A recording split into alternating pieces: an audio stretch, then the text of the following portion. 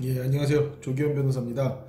어린이집에 불이익이 될 수 있는 상황은 크게 세 가지로 나눠볼 수 있습니다.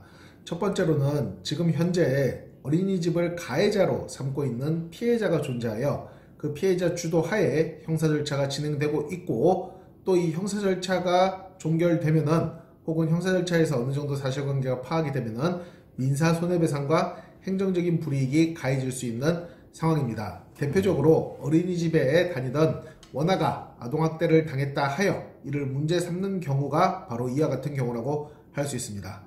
두 번째 상황으로는 형사적인 문제가 발생했고, 또 이 형사적인 문제와 동일한 사실관계를 이유로 행정적인 불이익이 주어질 가능성도 있으나 다행스럽게 그나마 민사적으로 손해를 입었다라고 주장할 만한 피해자는 없는 경우입니다.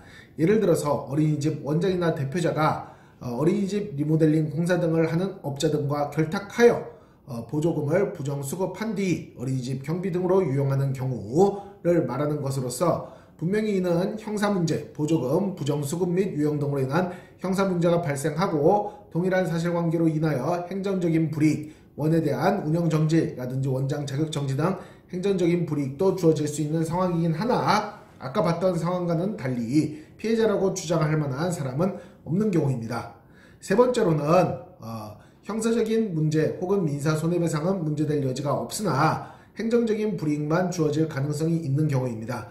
예를 들어서 장부라든지 혹은 보고사항 불이행 등을 이유로 해가지고 행정적인 불이익이 주어질 수 있는 상황입니다.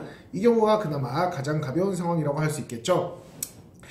어떤 경우든지 간에 형사 절차에서의 대응, 행정적인 대응, 민사 절차에서의 대응 모두 어린이집이라는 특별한 전문성을 요하는 법률 분야이기 때문에 이 세 가지 유기적인 관계를 꿰뚫을 수 있는 전문적인 능력이 필요합니다.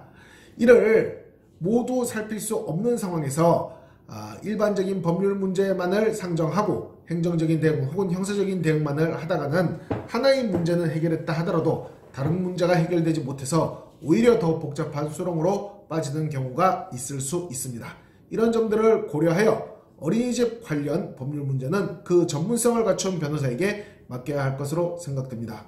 변호사 조기현이었습니다.